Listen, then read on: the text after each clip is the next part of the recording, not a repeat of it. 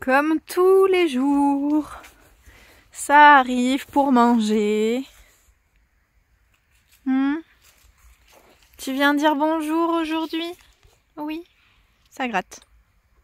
Oh, ça gratte. Et bah alors, bonjour.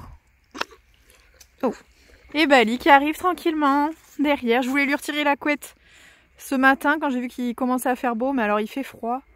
Donc il va garder sa grosse couette, je pense qu'il est mieux comme ça. Qu'est-ce qu'il y a? Hello tout le monde, je suis ravie de vous retrouver dans cette nouvelle vidéo. Complètement coincée, vous me voyez avec la grosse écharpe, le gros manteau, etc. Je ne peux tout simplement plus bouger mon cou, j'ai un torticolis énorme. Il y a 2 jours je m'en suis fait un de ce côté-là, là ça commence à aller mieux, même si je le sens encore un petit peu. Mais cette nuit je me suis bloquée l'autre côté, joie et bonne humeur, on adore. Donc là c'est horrible, c'est encore plus fort que celui que j'ai eu il y a 2 jours. Donc voilà, c'est une petite catastrophe mais tout va bien. Qu'est-ce qu'on va faire aujourd'hui? Je vais discuter avec vous puisque je ne peux rien faire d'autre concrètement parce que je ne peux pas tourner la tête, voilà. Malgré tout, je vous fais évidemment une vidéo. On continue notre rythme d'une vidéo par jour pendant une semaine. Ça faisait très longtemps que je ne l'avais pas fait et je sais que ça vous manquait pas mal. Donc voilà, j'espère que ça vous fera plaisir. Aujourd'hui, je voulais qu'on débatte sur les sujets un petit peu délicats autour du monde de l'équitation, que ce soit enraînement, chevaux enfermés au box ou à vivre tout le temps dehors sous la pluie. Bref, tous les sujets qui sont un peu délicats, où il y a beaucoup d'avis extrêmes, j'ai envie de vous dire. Beaucoup de personnes qui disent oui, il faut absolument, et beaucoup de personnes qui disent bah non, on s'en fiche. Donc moi, je vais vous donner mon avis. Si ça ne vous intéresse pas, eh bien passez cette vidéo tout de suite parce que ça va être casse-pied. Sinon, prenez-vous un petit chocolat, mettez-vous sous un plaid avec un chat sur les genoux, c'est important le chat. Et profitez de cette vidéo, j'espère qu'elle vous fera plaisir. On va commencer par aller nourrir tout de suite Bali et Ace. Surtout Bali, et ensuite on enchaîne avec ces petites explications. Comme toujours, granulé et floconnés. Hop, le régime habituel avec les petites pommes qui sont cachées à l'intérieur, on adore. Hop, je fais moitié-moitié en ce moment. Et pareil, en ce moment, toujours le petit drainant avec plein de bonnes choses à l'intérieur qui vont lui faire du bien à l'intérieur de son petit corps. Conseil des ostéos, encore une fois, donc vraiment important. C'est 50 ml par jour pendant une semaine. Ensuite, on verse. On peut soit le donner à la seringue, soit le reverser directement dans la ration. Et ça sent plutôt bon. Bali a pas de mal à le prendre, ça c'est très agréable. Ouh, on a faim. Oui, on est pressé.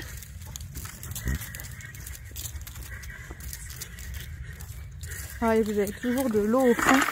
Elle est bien cette mangeoire, vraiment. Elle est parfaite. Il manque juste un petit bouchon au fond pour évacuer l'eau. Bon appétit mon chat. Bon, et Ace évidemment va avoir le fond du seau. Hop. Ouh, bon appétit. Allez, j'ai envie de vous dire, on ne change pas une équipe qui gagne. Je me retrouve toujours assise dans le foin du box. Mais écoutez, on est plutôt pas mal. Vous avez plutôt une bonne lumière. On adore. Alors, il faut savoir que le début de tout ça, ça se passe sur Instagram. Je vous remets notre compte qui s'affiche juste ici si jamais vous souhaitez nous rejoindre également sur ce réseau social. Vous avez plein d'exclus, notamment mais voilà, ce petit sondage. Et vous pouvez y voir en général plus de choses que sur YouTube. Bref, je vous ai fait donc un petit sondage sur Instagram pour parler de ces thèmes-là, de ces idées un petit peu à débat. Donc je me suis dit pourquoi pas refaire la même chose ici. Et on va commencer tout de suite avec la première idée. Donc jouer aussi durant cette petite vidéo, ça peut être très cool. Est-ce que vous êtes plutôt pour ou contre les fers? Il faut savoir que sur Instagram, vous avez été très majoritairement pour et j'ai été plutôt surprise de ce résultat. 70% pour les fers, je trouve ça quand même très important. Je m'attendais à ce que ce soit un peu plus serré, hein, 55-45, quelque chose comme ça. Mais non, voilà, vous êtes vraiment pour les fers et effectivement... comme globalement toutes les propositions que je vais vous faire, ça dépend de comment c'est fait, comment c'est utilisé. Après avoir analysé avec Bali comment ça s'est passé, j'ai eu énormément de difficultés à le passer sans fer. j'étais persuadée que ça serait jamais possible, que ça allait mettre vraiment beaucoup de temps.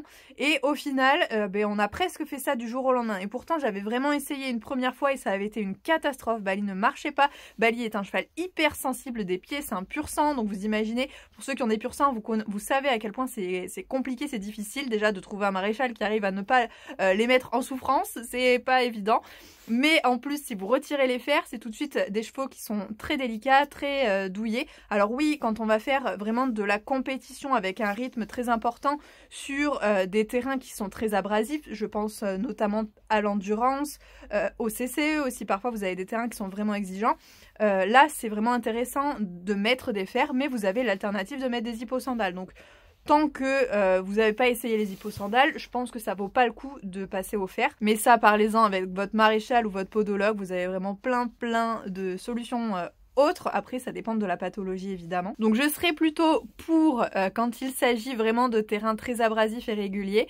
Mais vous voyez, Bali sort sur des terrains qui sont vraiment compliqués. Vous savez, les bons chemins blancs là, avec plein de petits cailloux qu'ils adorent, ou la route qui est très dure avec plein de petits gravillons.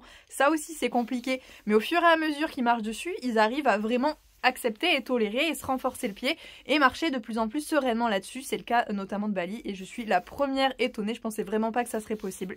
Mais c'est le cas, je vous le promets. Par contre, pour tout ce qui est chevaux de CSO, à la limite, qui vont être sur des Toubin Clément 90% du temps, je pense pas que ce soit forcément indispensable. Ça ne reste que mon avis, bien évidemment. Je vous ai ensuite demandé si vous étiez pour ou contre travailler son cheval quotidiennement. Genre vraiment tous les jours. Là, vous étiez à 68% à répondre pour, contre 32% à répondre contre.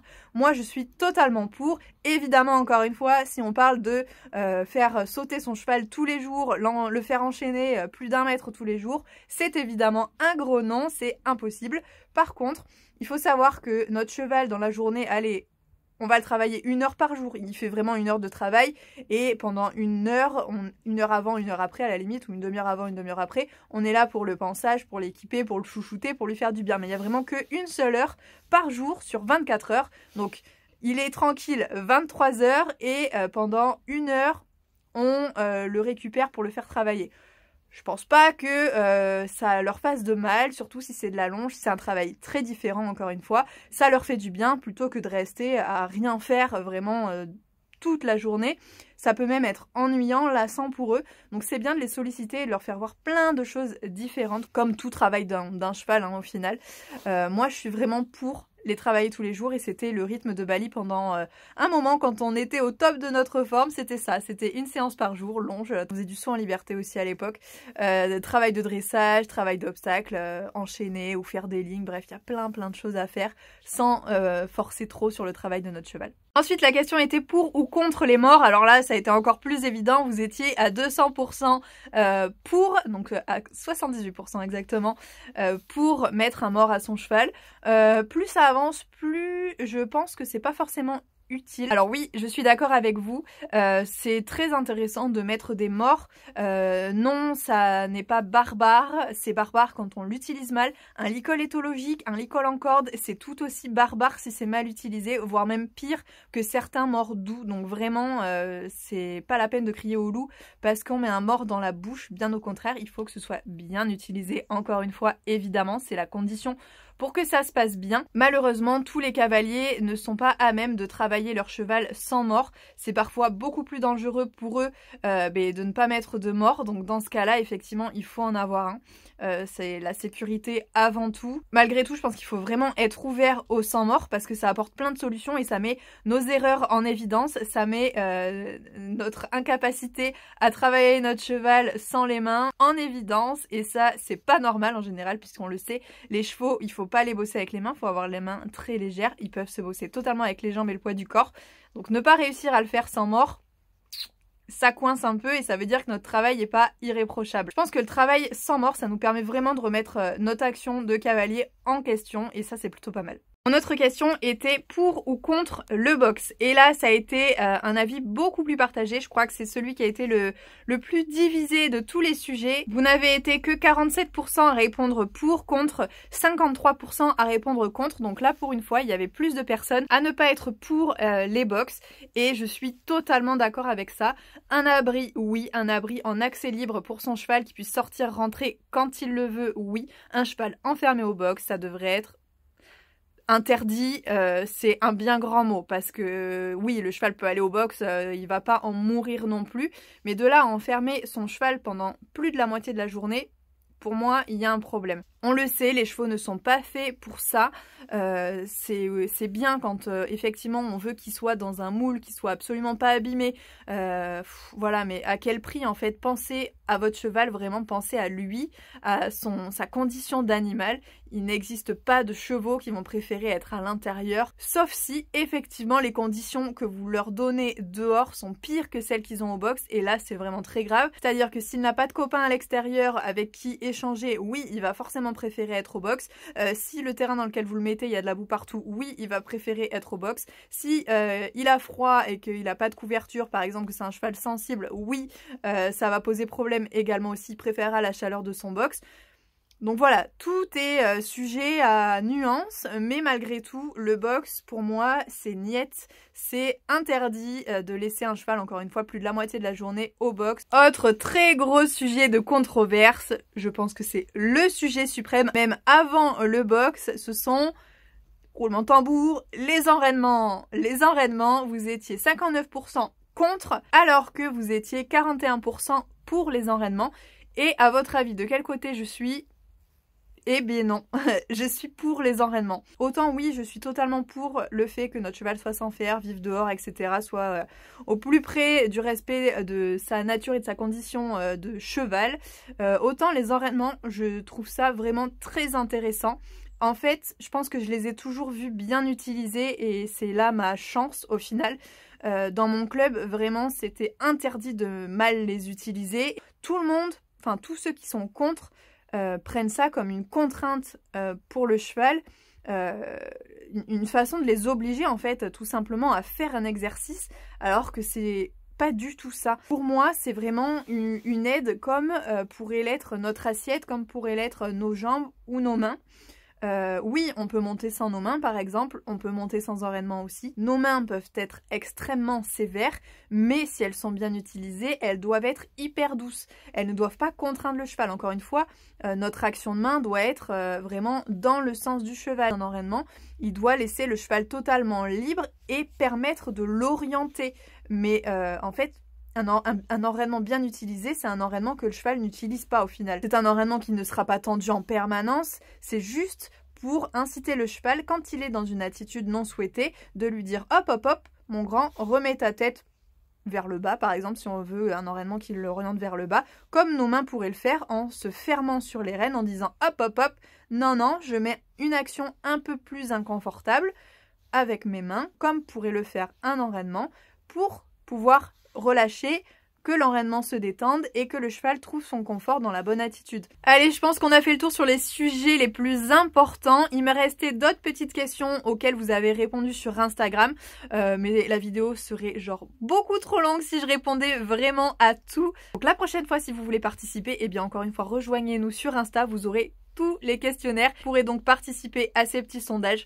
J'espère que cette vidéo vous aura fait plaisir. Encore une fois, on pense à ne pas s'insulter dans les commentaires. Chacun est libre d'avoir son avis.